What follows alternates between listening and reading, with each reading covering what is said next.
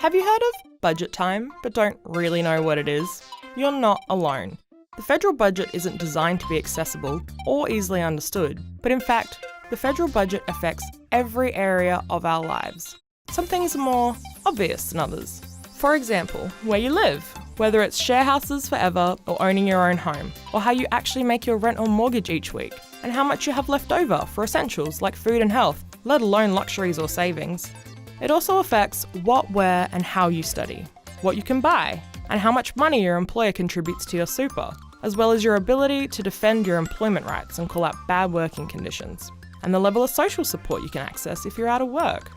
Some less obvious things include your access to news and information through the funding of public broadcasters and local content, and if you're having sex, how safe it is, from the quality of your sex education to how much tax you pay on products. The tampon tax is a classic example. When deciding what was essential healthcare, menstrual products weren't included.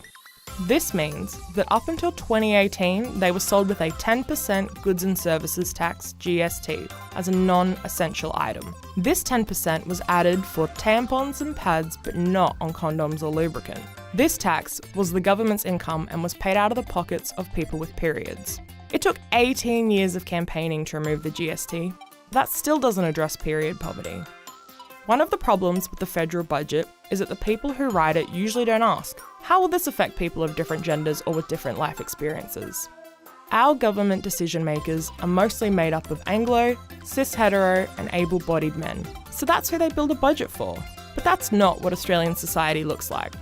Women and non-binary people play a crucial role in the Australian economy, and they should be recognised and reflected in the government's spending priorities.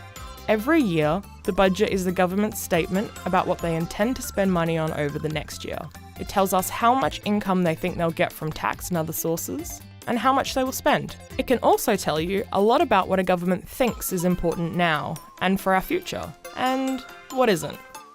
Many of us have been forgotten at budget time, and we know a biased, bloke-based budget isn't what Australia needs. Why can't a budget address imbalance and be brilliant? And what can we actually do about it? Learning about the budget is a way to take back some power and act. You can also support calls for intersectional and gender-responsive budgeting, a set of tools and processes that analyses the impact of a budget on all Australians, not just average ones. It's not about creating a budget bonanza for women, but a budget that's fair and equitable for all people. Share this video and tag #BanBlokeBasedBudgets.